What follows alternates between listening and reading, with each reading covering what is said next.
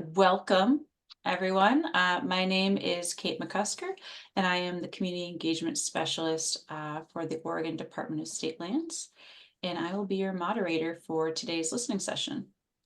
Thank you for taking the time to join us in learning more about the department's proposed draft Elliott State Research Forest Management Plan.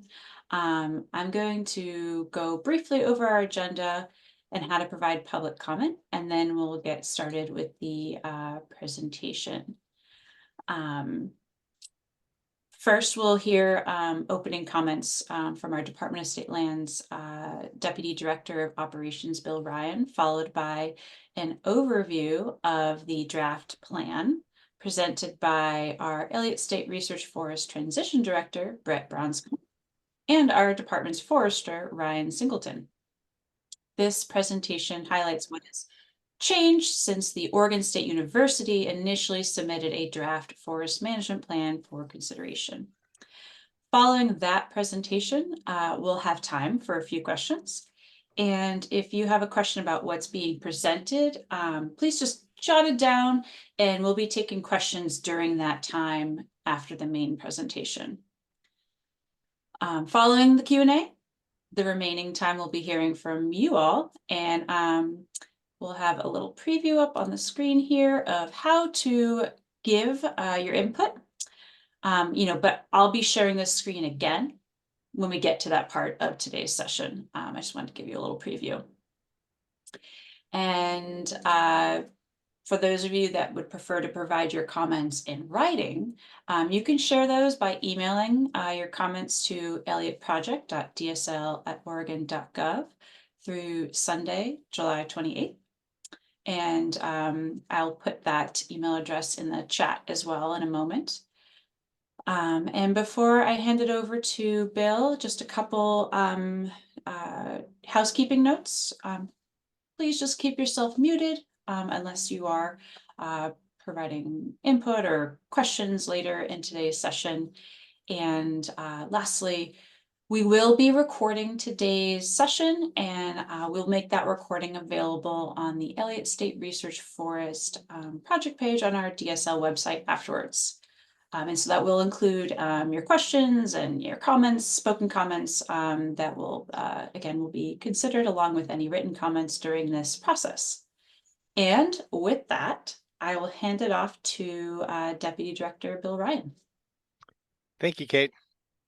Well, first off, I want to say thank you to everyone from the public who's joining us for this Elliott State Research Forest Management Plan listening session. Really appreciate your interest and dedication of time to learning about the Forest Management Plan and the process for developing it.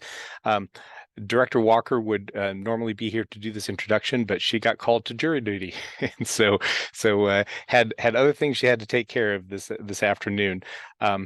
So today, Brett Bronscombe, who is our Elliott State Research Forest Transition Director, and Ryan Singleton, who is our forester at the Department of State Lands, will provide a high-level overview of DSL's draft forest management plan.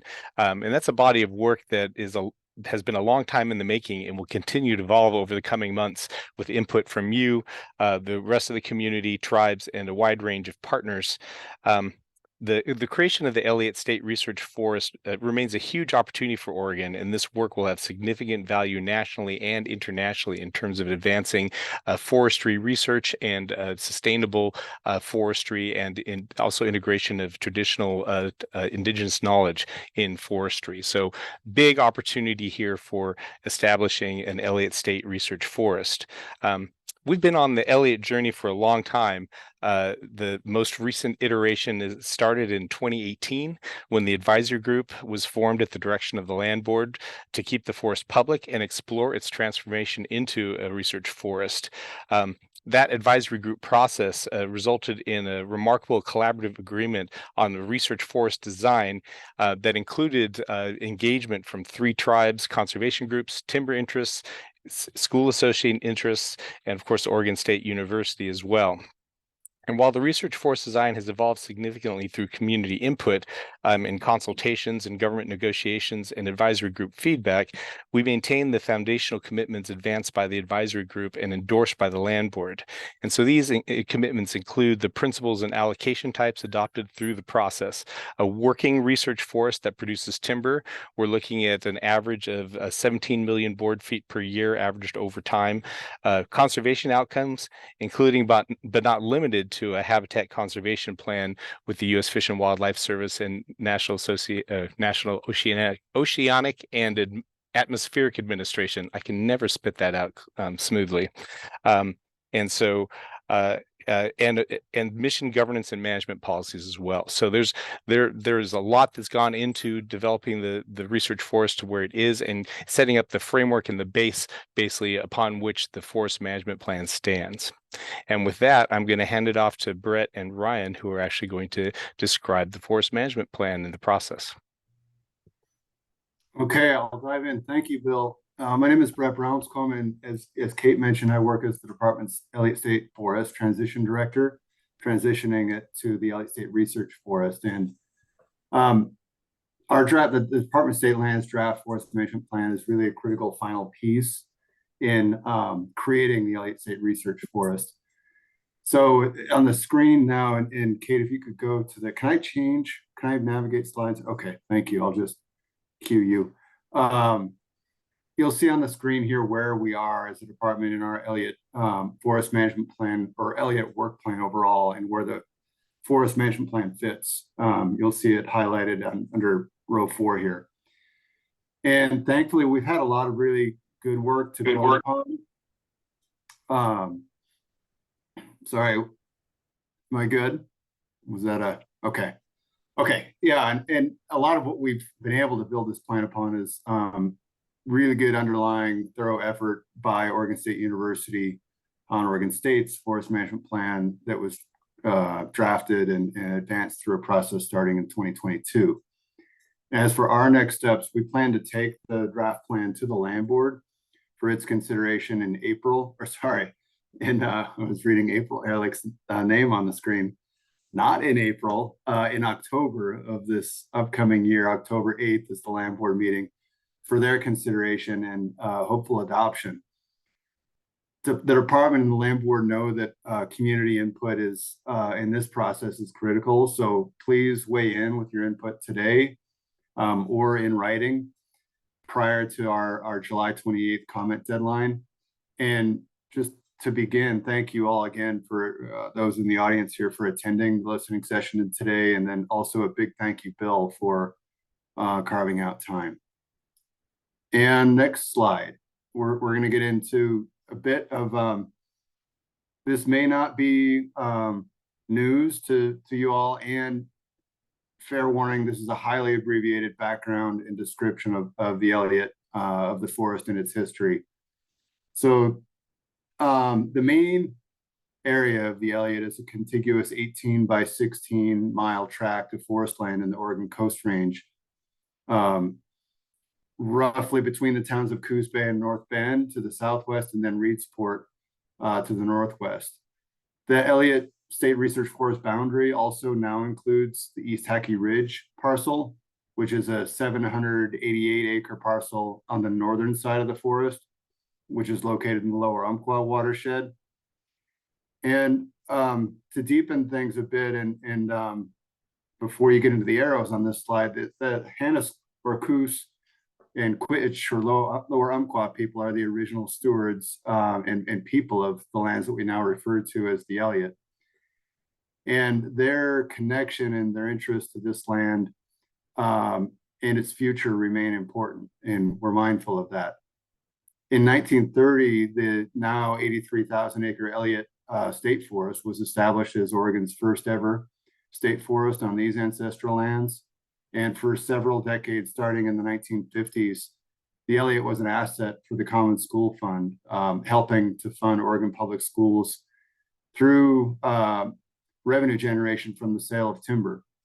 And beginning in about 2013, endangered species litigation had largely halted timber sales on the Elliott. In response, And after significant controversy around approaches to address the conflicting direction and values related to the Common School Fund and tied to litigation and endangered species, the State Land Board developed a vision for the Elliott as a public forest that will complete and has completed its obligation to funding Oregon schools and move into a new chapter. And so today, through the Land Board and legislative action, the Elliott has been decoupled from its Common School Fund responsibilities and funding obligations, and is transitioning to one of the nation's largest and most unique public research forests.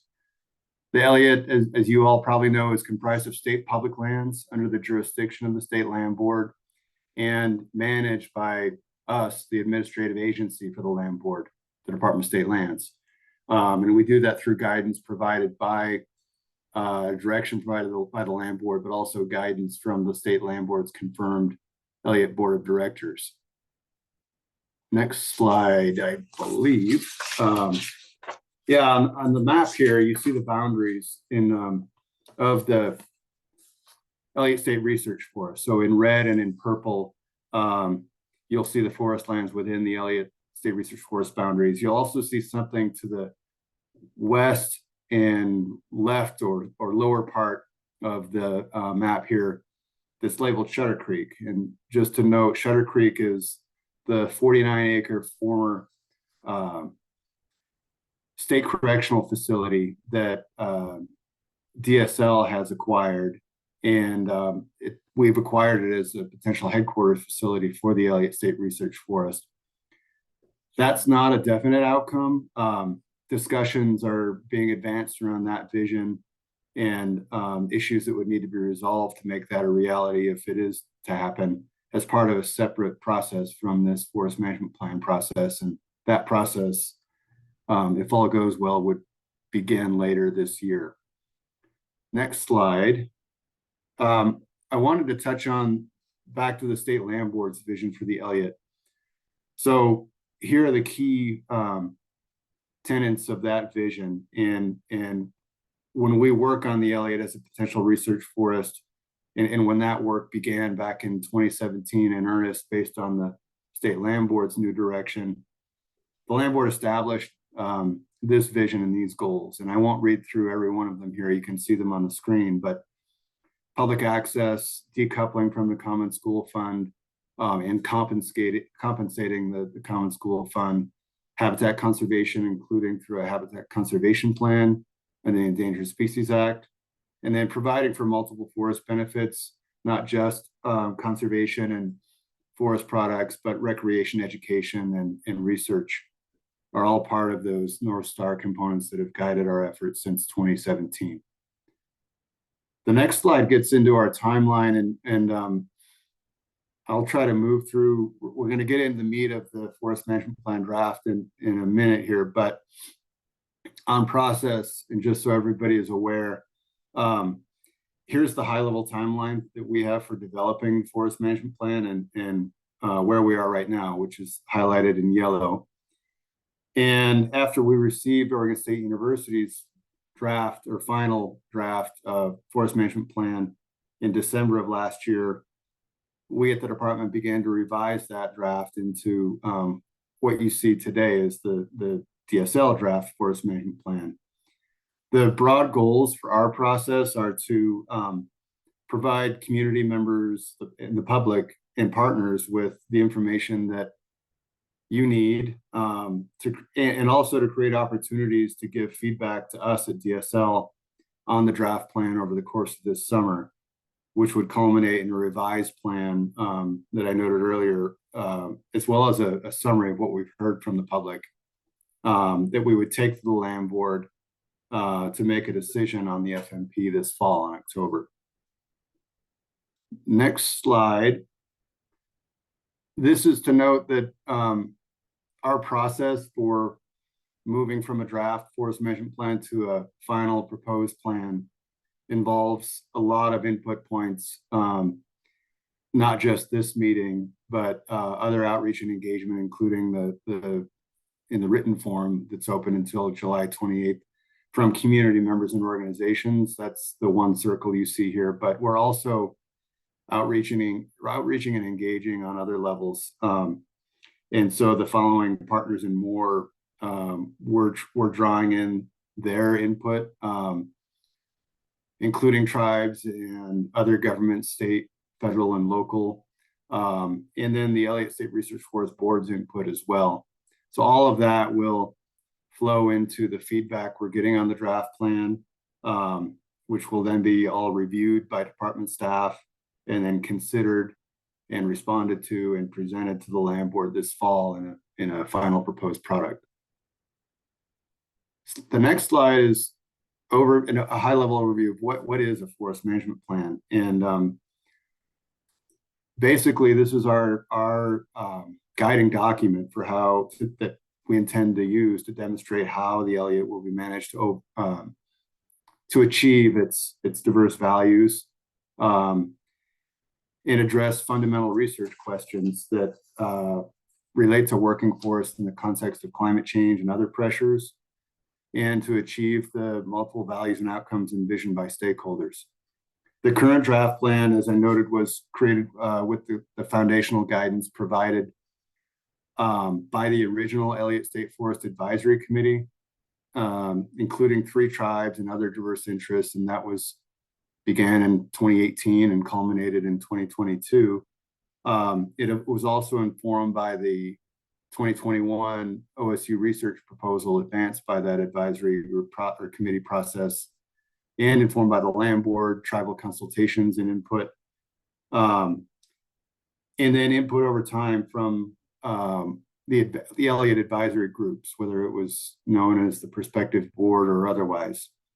The purpose of the plan overall is to make sure decision makers, staff, researchers, administrators, contractors, practitioners on the ground, and partners have the foundational direction and practical guidance to implement the Elliott's intended research and management approach. So before we get into the chapters, the next slide here, thanks, Kate, is to note that while the revised Department of State Lands draft forest management plan is based on a lot of really good comprehensive work from Oregon State University in its December 2023 forest management plan, and we've retained much of that in what you see as the DSL draft. So I think before we get into some of the changes, if you engaged in that OSU forest management plan development process from the 2022 to 2023 period, you should see a good bit of what's familiar or what should be familiar from that in the DSL draft plan. But the DSL plan does advance some meaningful changes, and we'll cover those at a high level in the slides that follow. But at an initial level, one significant change worth mentioning here is that it's the shift away from OSU proposed management of the Elliott and into Department of State Lands management of the Elliott based on the events of late 2023 and subsequent land board direction. Part of that reality is that the department, we are not ourselves a research entity.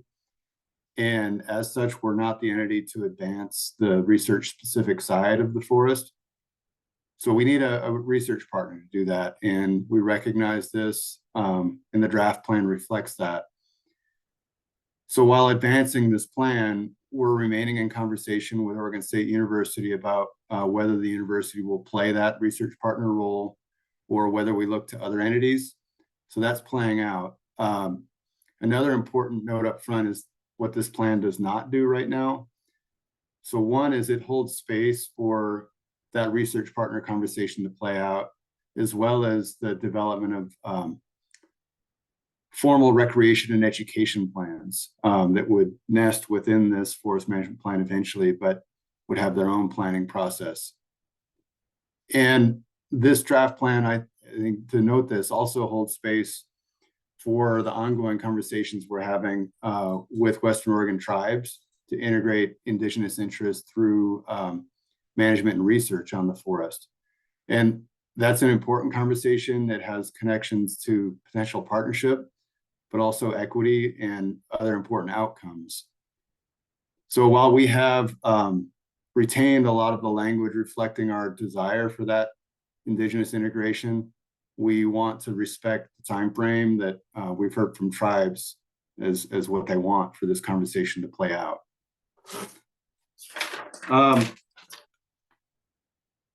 Yeah, so I think we can move on to this slide. We'll just dive in. Ryan and I are going to tag team the individual chapters of the department's draft FMP, and we'll keep it at a high level. For those who have read it, this is a summary. For those who haven't read the draft FMP yet, this is an introduction to what you'll find in these chapters. So chapter 1 advances the guiding principles and vision for the forest that has it's a vision that's existed since the original advisory committee and the 2021 OSU proposal. However, the chapter updates the description of the forest's history to include the recent events of late last year and early 2024. And it also revises this overall framing chapter with the Land Board's foundational framing. The chapter 1, it does retain the details that folks saw in the OSU plan related to the forest's overall history, regulatory and biophysical setting, as well as the social, economic, and cultural conditions tied to the forest. There was a lot of really good comprehensive information and work done on that by Oregon State, and we felt it should be retained. In chapter 2, moving to that, this is the governance related chapter. It incorporates the governance structure adopted by the Land Board this past April, including the Elliott Board of Directors, and describes its role. This chapter also covers the organizational structure that's evolved since January of this past year through the department's advisory group process that relates to staffing and contracted services. It also covers the role and responsibilities of the research partner or partners and the process for both proposing and advancing research and data management on the research forest. Regarding revenue, this chapter makes clear that the department intends multiple sources of revenue to support the research forest, and that includes revenue from timber harvest. It also includes anticipated revenue from a voluntary carbon project, as well as other sources of funds, including grants, federal support, and philanthropy. The chapter speaks to financial viability as well and includes a current draft budget, given that financial viability is not just a matter of revenue, but also cost management. And updating modeling work, both for timber and carbon related revenue, will occur over the course of this draft FMP process and will result in updates to the financial estimates once we get the modeling work redone. The next chapter, chapter 3, is all about partnerships. And to be successful, we really feel that the Elliott will need strong and effective partnerships between the department and many different entities who hold unique expertise. So this chapter speaks to that, including research partnerships and the intent to continue that conversation with Oregon State and elsewhere if that doesn't work out. The chapter also addresses the department's intent and desire for tribal partnerships, and it retains valuable content that was advanced in the Oregon State Plan, including principles for working with Indigenous peoples and knowledge that have been advanced by broader efforts between the Oregon State College of Forestry and tribes. The chapter also speaks to partnerships with state and federal agencies, as well as local and non-local entities. And finally, this is the chapter that covers recreation and education and the placeholder there. It speaks to the need for and the intention for future formal planning efforts tied to both these subjects, as well as the principles and the process that the department would use to advance these planning efforts. And those are largely the same as what you saw or what folks would have seen in the OSU Forest Management Plan. So in the future, the Elliott Forest Management Plan, if it's adopted this October, would be updated based on the outcomes of those planning efforts.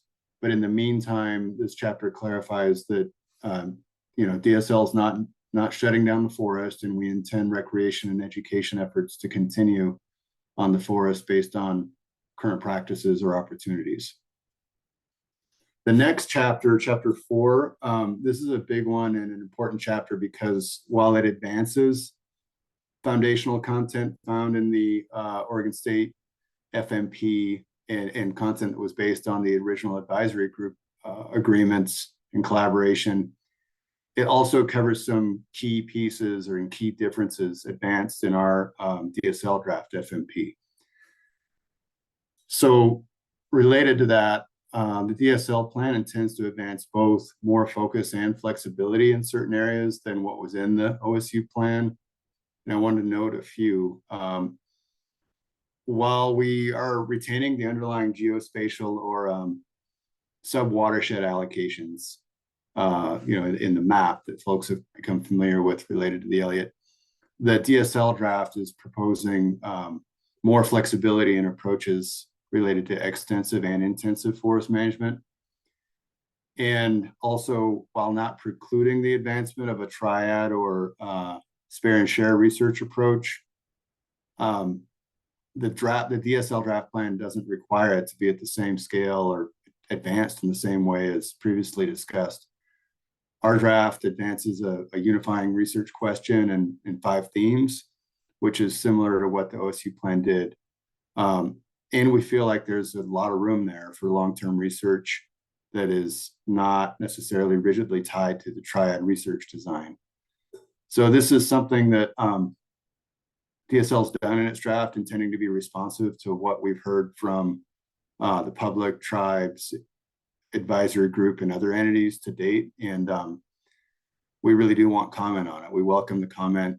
We intend to refine the draft plan between now and the final based on the feedback we get related to this significant issue. And also as we carry forward research partner conversations with Oregon State. One other note and important one is the DSL draft places more focus on carbon and biodiversity management. We are proposing a new designation called carbon and biodiversity management areas that would advance more flexibility in achieving these carbon and biodiversity outcomes than in the conservation research watershed by allowing ecological or indigenous forestry, but not through intensive forestry. So it's a new designation aimed at advancing or enhancing achievement of those outcomes. We're also intending to advance longer rotations as part of carbon and wood product production, while still allowing flexibility for shorter rotations if those are advanced as part of a research plan or needed for financial viability. And then finally, biodiversity management includes achievement of late old structure, but or old growth forest habitat and species, but it also includes complex early sterile creation. And we note that. Chapter 5, this one is a really short chapter. And then I'm going to pivot to Ryan next, but just to cover this one, you'll notice that this chapter is blank. And that's because the key components that were in this chapter in the OSU FMP have been moved, that we've moved them into the DSL draft chapter 2 governance section.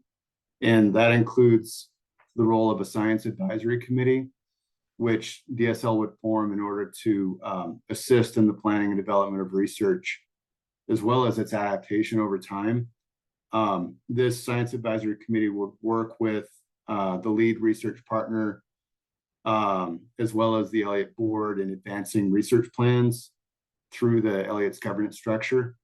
And we felt it was important for that committee and its role to be in the governance structure chapter of the FMP. And now I'd like to pass the virtual mic to Ryan Singleton, DSL's forester, to cover a few of the additional draft chapter plans. So Ryan, I will look to see you. Okay, I'll go I'm off. here, Brett. And then Kate, are you going to advance the slides for me, or am I able to do that? I'll advance them for you. Okay, all right. So we'll move on to chapter 6. So like Brett said, yeah, my name is Ryan Singleton. I'm State Lands Forester here, and I'm going to go through chapters 6 through 9. So we'll start with chapter 6, silviculture, harvest systems, and operations planning. This chapter details the approaches to various forest management allocations on the Elliott and the elements contained in biennial operations plans. It contains details on how intensive, extensive, and ecological and restoration treatments would be implemented. This includes creating flexibility, which was mentioned earlier by Brett in chapter 4. It holds space, for landing spot on the carbon and biodiversity management areas as well. The goals and objectives for these approaches have been rearranged from the OSU plan due to the department not being a research entity. So our goals and objectives start with those that are more management focused. And then finally, this chapter speaks to the various harvest systems that will be used and implemented on the Elliott. And so that is it for 6. Next slide, please. Chapter 7.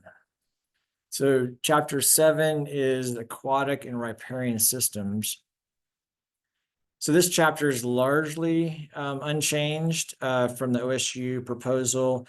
It does include descriptions of aquatic resources, stream classifications, watershed delineations, and riparian buffer protections that are unique to the Elliott, and the underlying approach to its design captured in the 2021 OSU research proposal. It also covers intended aquatic conservation and restoration strategies related to steep slopes, wood and sediment recruitment, as well as riparian thinning. It also includes a section on roads, which we're looking at doing a 12-year, well, I shouldn't say a 12-year. We're doing a roads assessment that we want to complete within the first 12 years of Elliott management.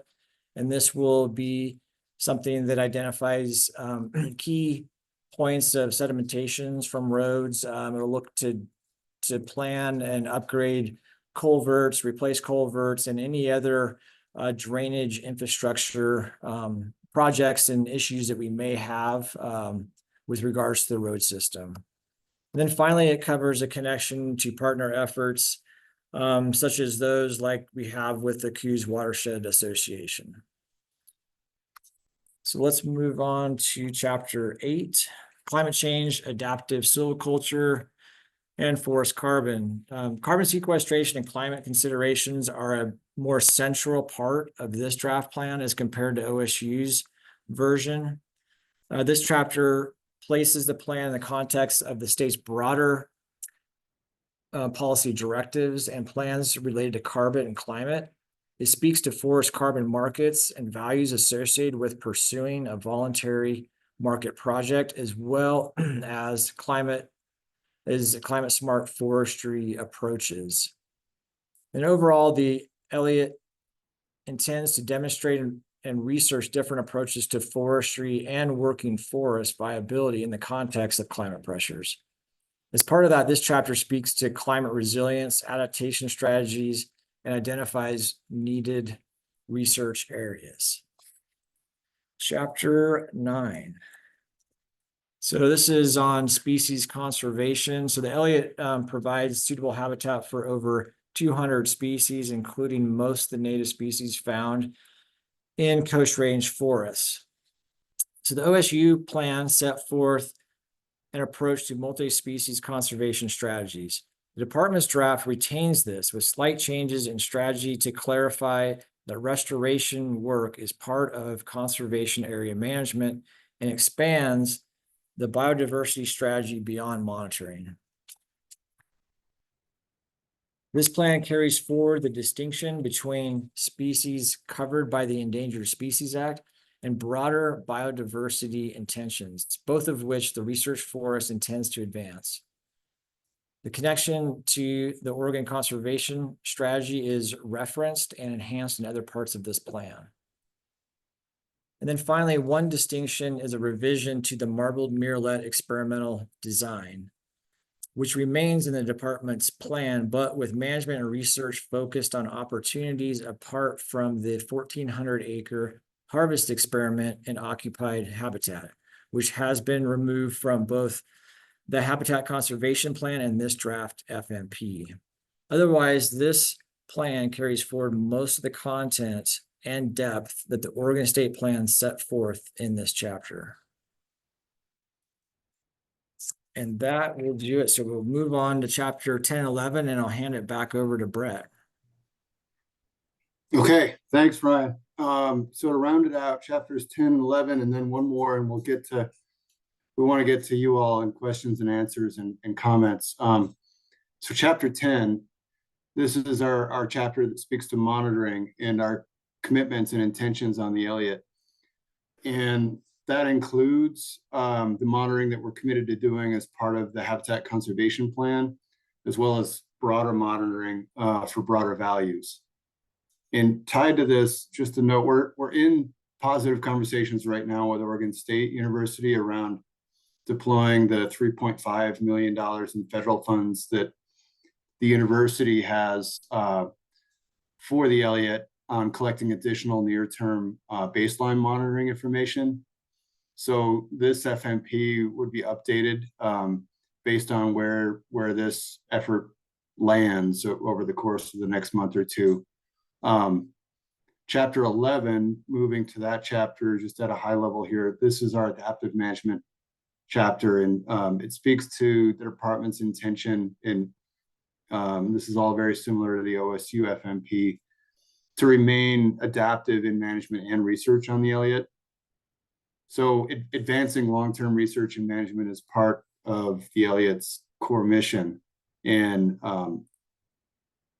that long-term includes, an 80-year habitat conservation plan, which is a long one as far as those regulatory documents go. So adapting our efforts based on what we're learning along the way is a critical piece of what we're intending to do.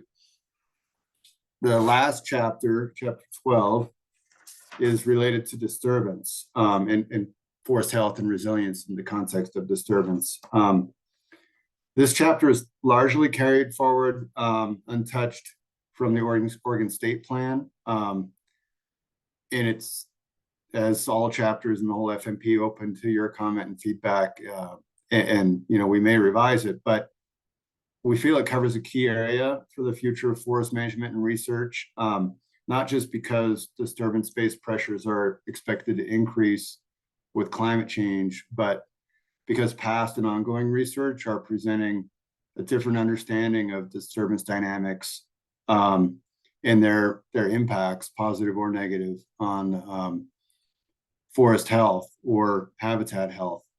So that includes wildfire. It also includes sediment deposition related to landslides. And the intent here is for the Elliott State Research Forest to be a place where natural disturbance does play out over time, but also where management will mimic certain disturbances and conduct research related to that. So the understanding of wildfire, including indigenous burning, as well as other disturbance dynamics like landslides, flooding, riparian resilience, and all of that, and shaping forest structure and habitat conditions, is an important and desired area of the research forest focus. So with that, I'd like to just say thank you and pass back to Kate to get us going on questions and answers. I think that's where we are. Yes. Yes, we are there. Great.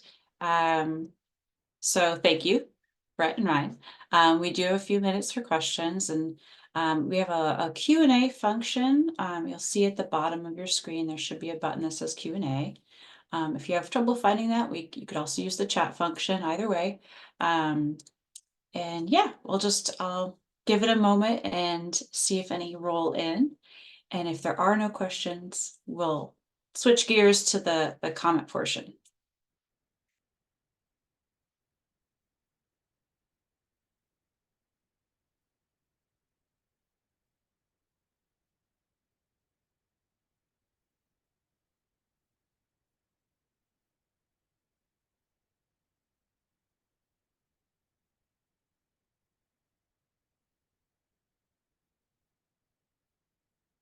Francis, you have questions? Would you prefer to speak them aloud rather than typing them out? If so, you can, okay, go ahead. Yeah, feel free to unmute yourself and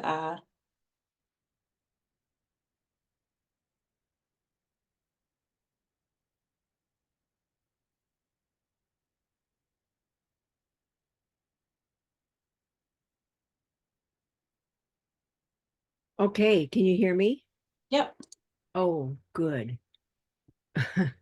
You know, I had some questions on on herbicide use. Well, actually, I have a number of questions. Um,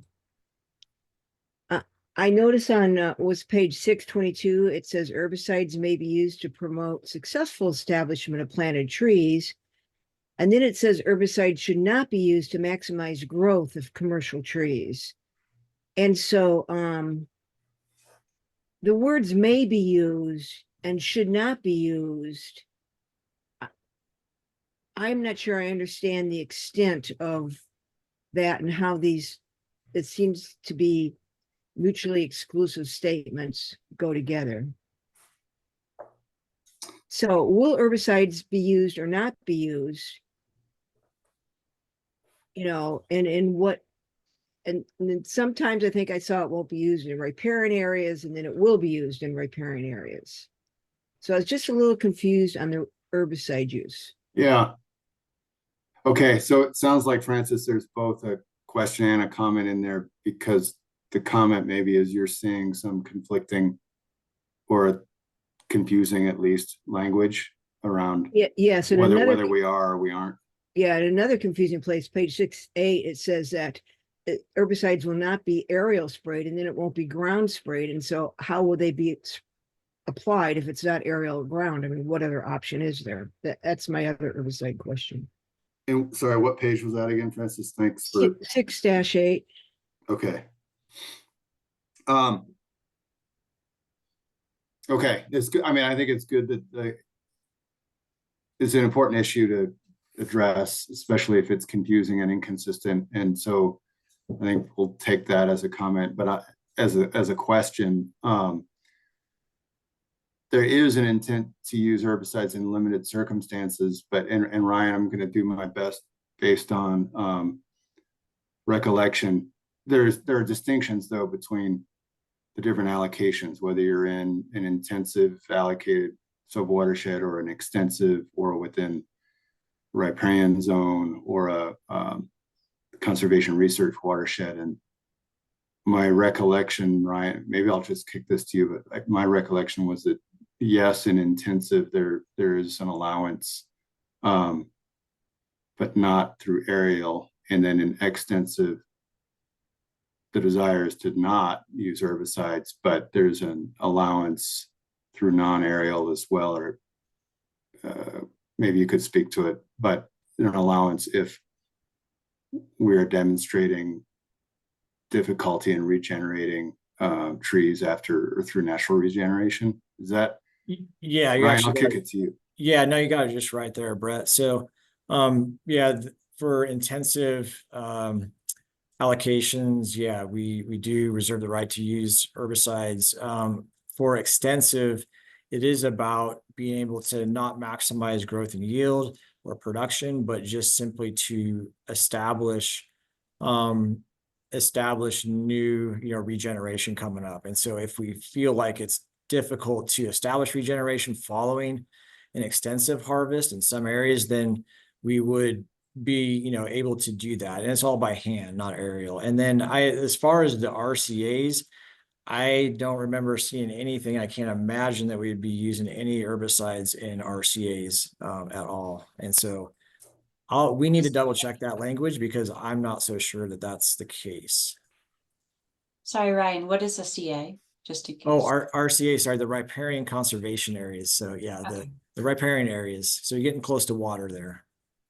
Okay, so herbicides are allowed in the conservation research watersheds, but not in the riparian, right? Is that what you're saying? Yeah, certainly not in the riparian. I can't imagine that we have it anywhere stated we would not be allowed. I can't imagine we'd be allowed to have it in riparian conservation areas. As far as the CRW side, Brett, I'm not sure. I'd have to go back and look at that language. So Francis, we will take all of these into consideration and make sure that we have all the proper facts before I speak too much on the CRW, because I'm a little unclear on the herbicide use over there. I'm thinking probably not, but I don't know for sure. That's my thinking too, but I guess, Francis, you want to clarify it, and that's the comment part of this, is we should clarify that in our final. Okay, thank you. Yeah. Thank you. I have a few more questions, but I'll wait for someone else to have questions. Give them a moment, and if they don't, you get to ask your next question. I'd say you're safe. Go ahead. Okay,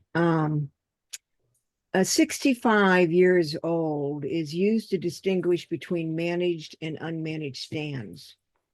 And a lot of times the FMP uses the word 65 years old. It doesn't use managed or unmanaged. It says over 65 or under 65 things will happen or not happen.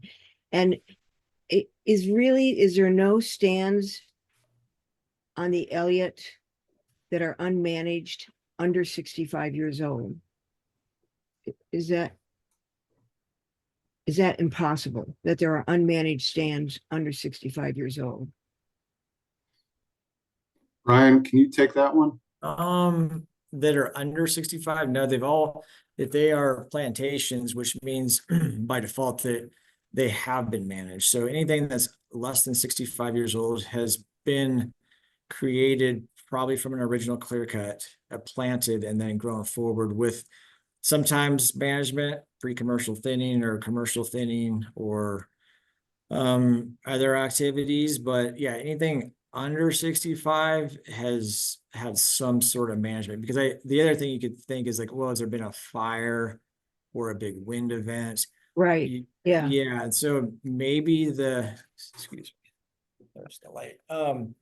Yeah, I'm thinking Columbus Day storm, probably post Columbus Day storm, there was salvage and then planting after that. So it's kind of like a little bit of both. And I guess the bottom line is usually I can't think of a circumstance where there hasn't been management to create anything that we have out there, any stand that's less than 65. Okay.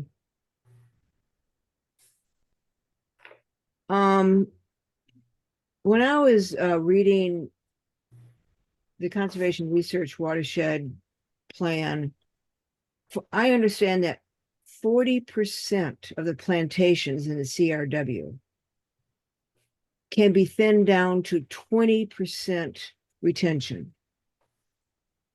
And maybe this is a comment. That seems kind of heavy. It says, especially if it's 40% of the plantations that can be left with only 20% retention. So maybe I'll put that as a comment. But yeah. I think we can take, Kate, I think we're relatively nimble, right? Like we can, Yeah, in the question period. Group, so we can be a little fluid with sort of comments and questions, but it is helpful to kind of note when you're sort of sharing that. So thank you, Francis. Yeah, that's fine. And Francis, can you say more about it? So I guess what I heard is where we describe the conservation research watershed thinning, and we proportion out how much of the thinning is anticipated to be within certain levels of retention. You're finding that part troubling. Is that right? I find 20% retention a little low. You know, I would like to see greater retention, especially if you're going to do 2 entries, you know, do 60% retention. And then maybe go down to 40% later. Just 20% seems low on the first entry. And that is, and if it's not a commercial project, it's a lot of fuel on the ground. 80% of the forest to be taken away or on the ground in the CRW. Yeah. Okay.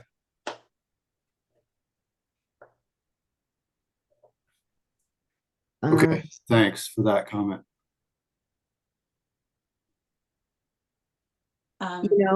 Just a comment on recreation.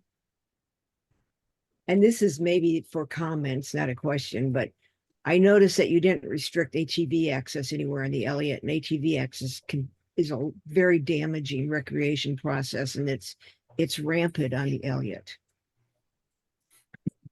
Especially since it's right across from the dunes where all the ATV folks go, and they just go across the street to the Elliott.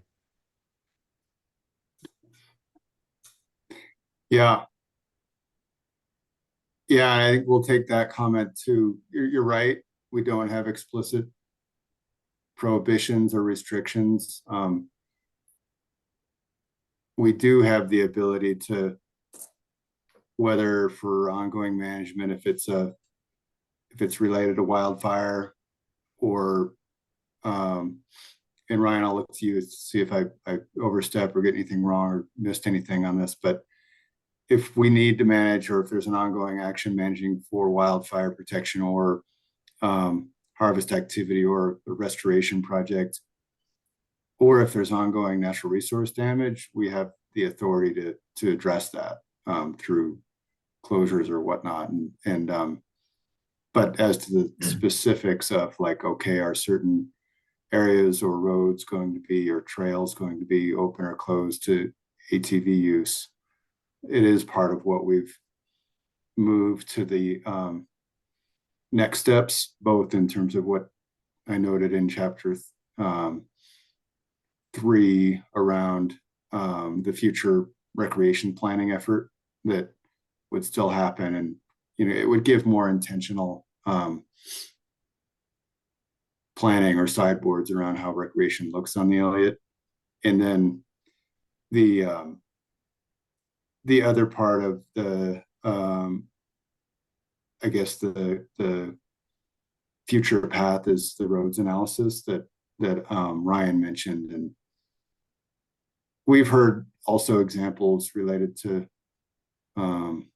litter. I remember folks have kind of presented to us before on concerns related to litter or poaching, but so we do have general authorities that we can draw upon, but you're right, we don't have outright prohibitions anywhere on the forest of current ATV use. And if the comment, well, tell us, make sure we know what your comment is about that. But Ryan, did I get that roughly how you would have said it? And right now off-road vehicles are restricted to only being allowed on open roads. So in other words, if the road is even grown over, it's not accessible, they're not allowed to drive down there. So they are allowed to drive on the open Elliott roads. But Francis, I do recognize, and we've been fighting this for a while, is that they've created their own trails in some areas, their own little kind of goat trails in certain parts of the Elliott. So that's something that we're trying to address.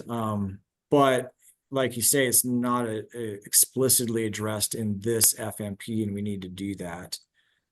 So that's something that we'll, thanks for the comment. And it is recognized that it is a bit of a problem on the Elliott. So we'll make sure we address it in this FMP.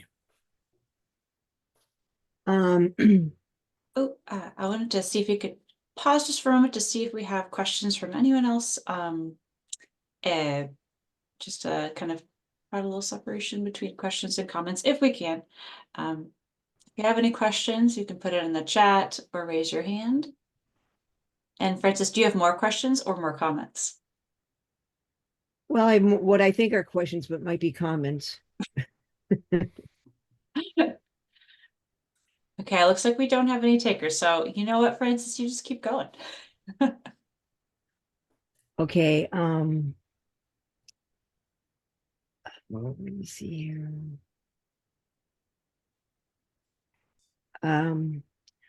Where are the appendices at?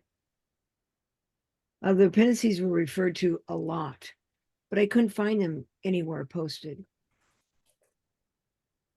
You know, everywhere it goes, see appendices XYZ, but where are the appendices?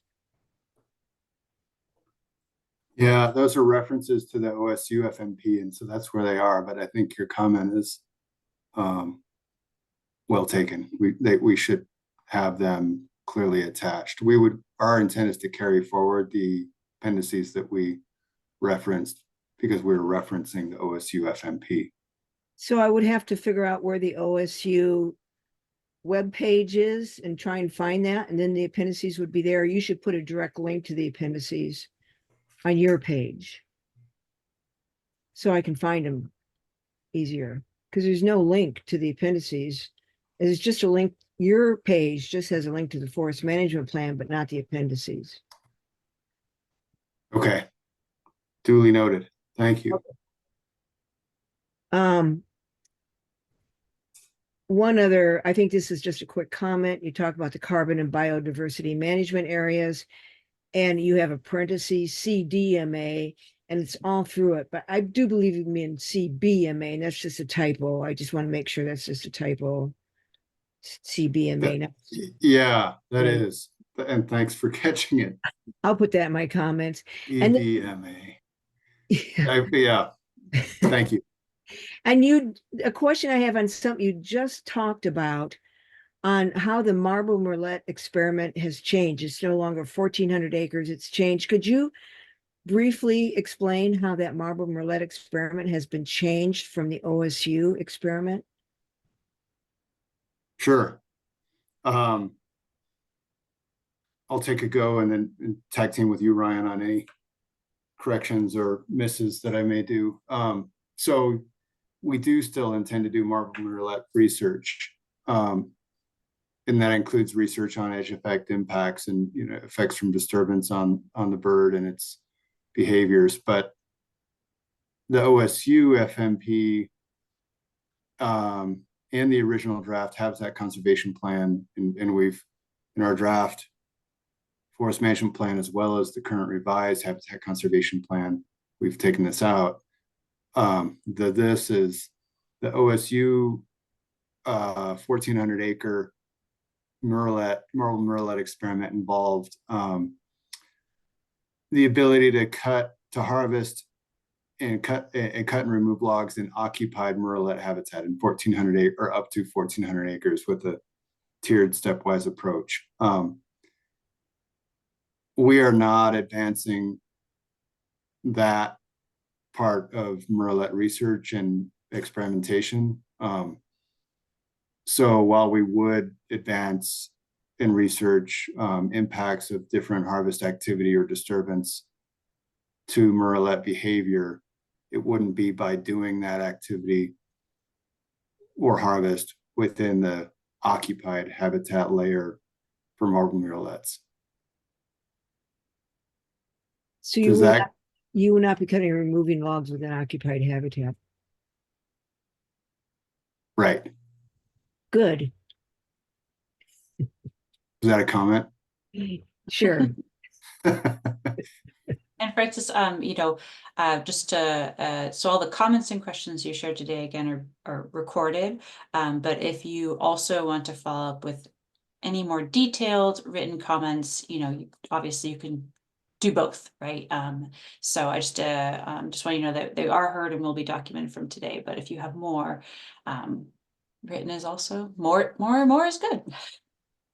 Okay, thank you. All right. Well, we still have another half hour. So the floor is still open for either questions or comments from anyone who's joined us online.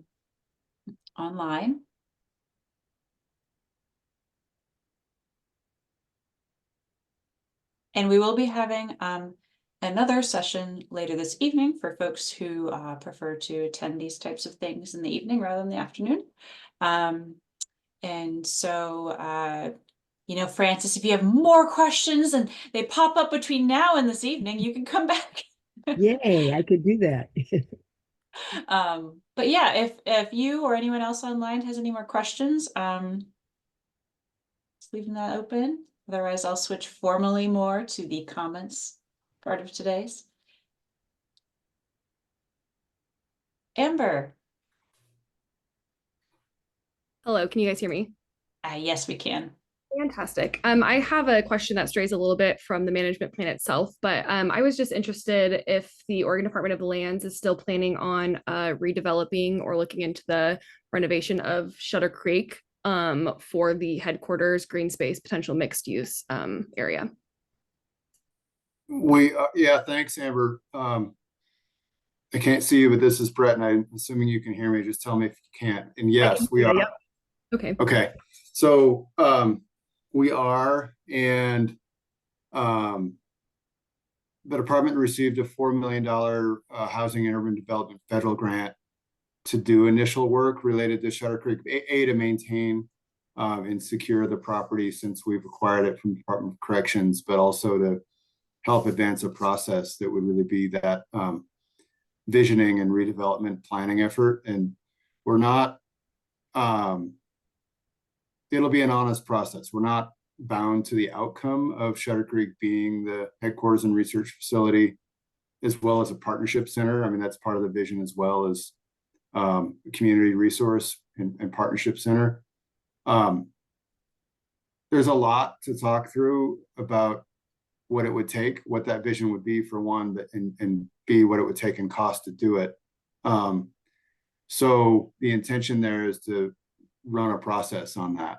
And that redevelopment process, we're intending to kick off if we get all of the approvals and contractors and the process in place. We would intend to kick that off later this year. So it would be separate from the forest management plan effort that we're doing right now.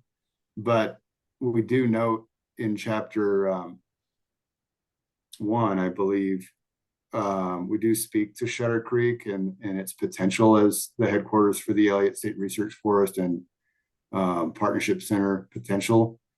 We'll just need to play out a separate Shutter Creek process to determine where that goes.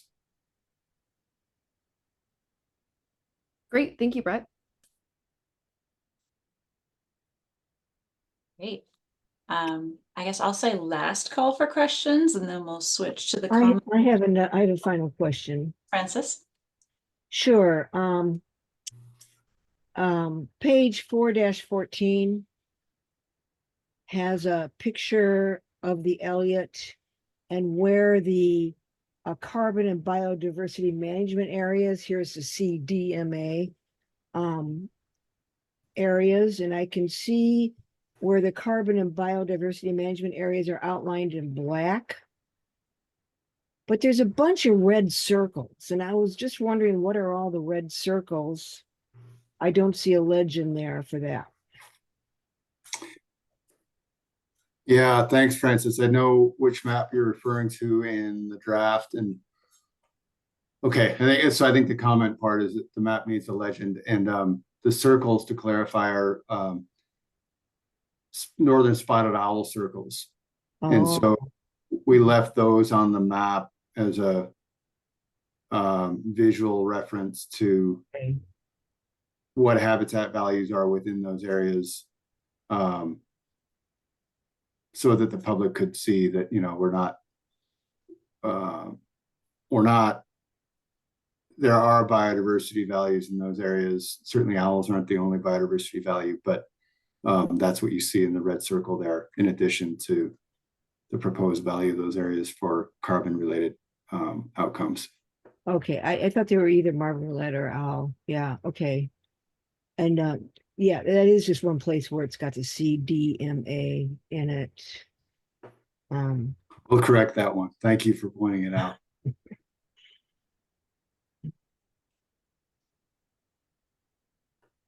All right. Last call for questions, and then I'll just formally shift to comment time. Okay.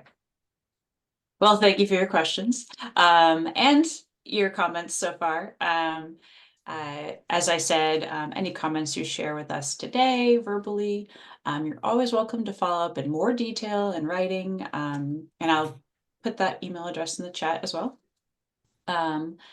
But yeah, open the floor. Just you use the raise hand function, which is helpful. If you have any additional comments than what have already been shared today. And please just state your name too as you share them.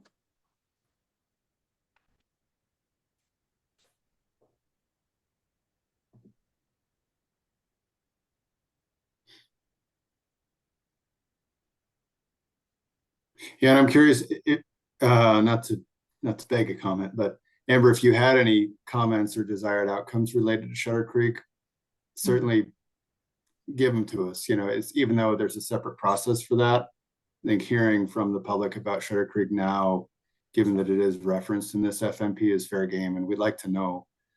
We are staffing. We have DSL has staff at Shutter Creek, and we are maintaining the facility and advancing the process for the future that you described as, you know, a potential outcome. And there's a lot of interest in Shutter Creek amongst a variety of entities, including tribal. So we know it's an important issue.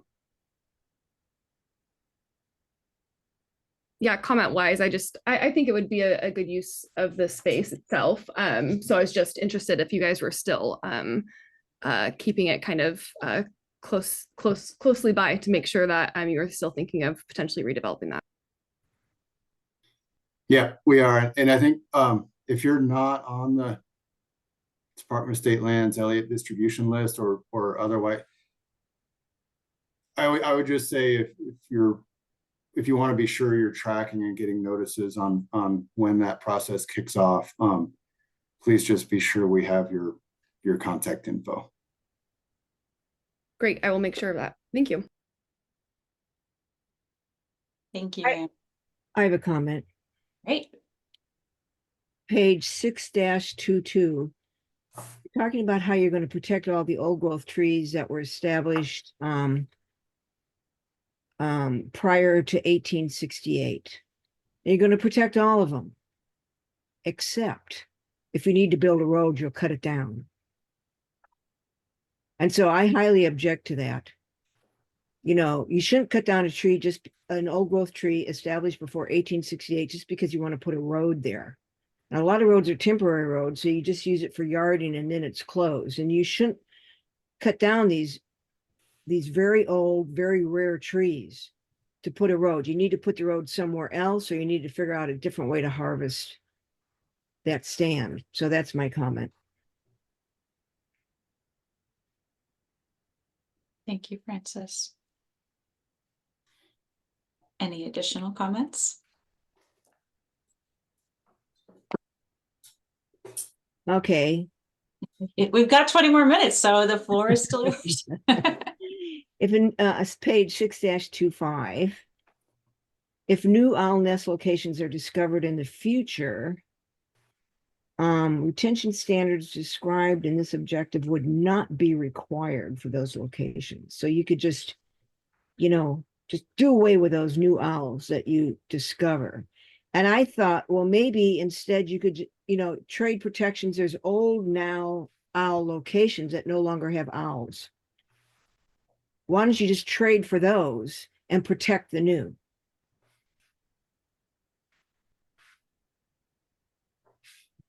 So does that make sense? Yeah, it does. And knowing we're in the comment period and hearing that part is the question part of the comment. Yeah, I loud and clear in terms of how you're thinking about it and what you would want to see. And that comment is registered, and we will reply to that and it's not, I mean, it's not inconsistent with how we've been thinking about potentially doing things. So we'll respond to it. Thank you. Thank you. And a reminder, as Brett mentioned earlier, part of this process is a summary report of the community engagement and the feedback that we heard. So just sort of the key themes and the written comments themselves. So just so you know that's where in addition to you know, changes being reflected in the FMP itself, we'll also be providing a summary of that feedback. So another quick comment.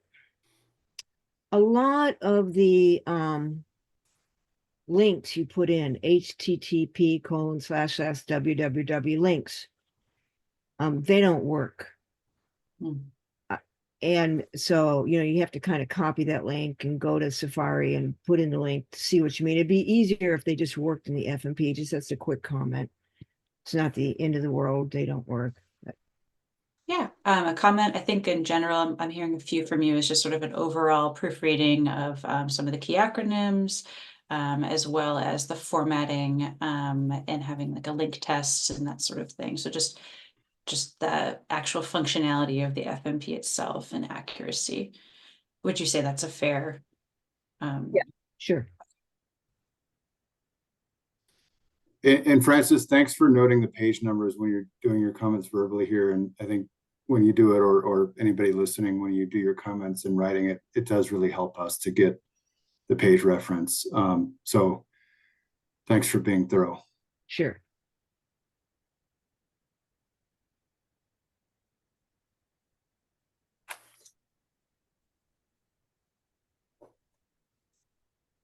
Well, I guess since we have time, I'll ask another question.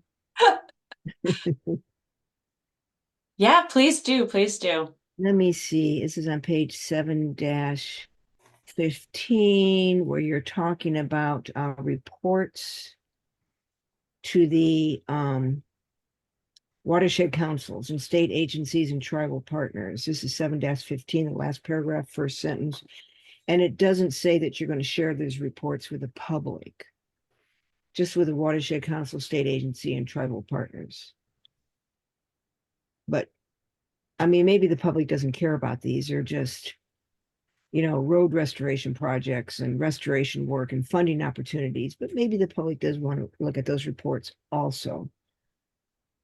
So you might want to just make those available. Whatever you give to the watershed council, state agencies, tribal partners, you should just post on your webpage for the public to see also. Thank you. Yeah, Francis, thanks for that comment. And the page reference. Okay.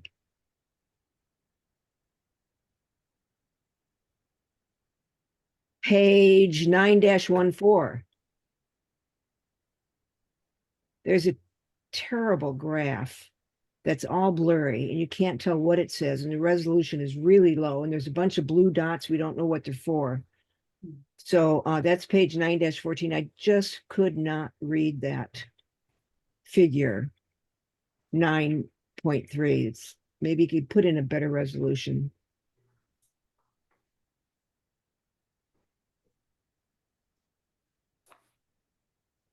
Got it. Thank you. Yeah.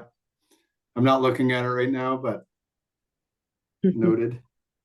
Noted and helpful. Yeah, and a general comment is the draft plan will be going through a kind of more design phase, not super, but like that piece is, this is sort of it was a design to get it out there, Right. but it will be, there'll be a kind of closer pass and a closer look at those graphics and that sort of a thing. So, but it's still helpful to have the, to note those current issues that are glaring now. So thank you. Yeah. And a quick comment about the OCS strategy species for the Elliott, page 9-28 and 9-29. I am surprised that the Humboldt martin, the endangered species that's on the Elliott State Forest, or will be soon, or is immediately adjacent to the Elliott State Forest. I'm surprised Humboldt martin is not within your OCS strategy species for the Elliott, otherwise known as the coastal martin. and a species listed under the Endangered Species Act. It's not there. You have the olive-sided flycatcher and a salamander and toads, but you don't have the martin. Why not? Well, I knew Martin would come up from you at some point during this meeting. So thank you. I think we'll note the question as a comment and respond to why isn't Martin in there? Okay. Yeah. I mean, it very well could be on the Elliott by now. I know that you've got the trail cameras, but they've only documented absence from the trail camera, not absence from the Elliott. So, yeah. And that was in one of the older appendices, which you're going to post the appendices on your webpage, right? We will. Yeah. Yeah. Okay.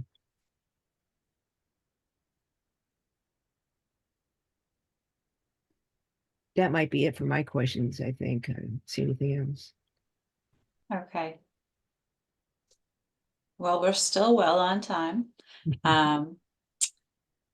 Any final comments from folks on the call today?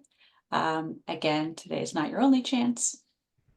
You can join us again later tonight or in the inbox for elliottproject.dsl.oregon.gov.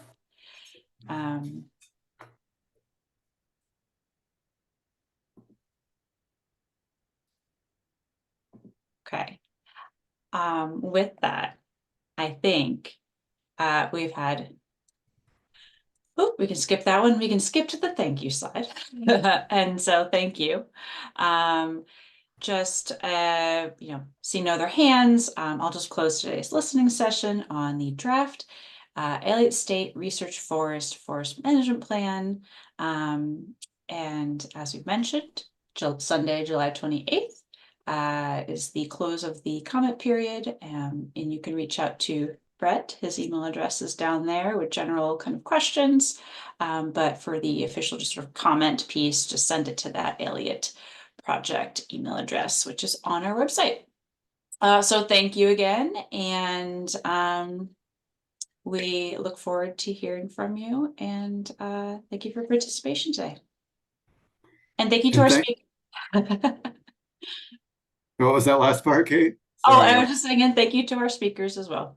Yeah, I was right back at you. Thank you for moderating. And thank you, Francis, Amber, and anybody else listening for engaging. We want the input, so appreciate it.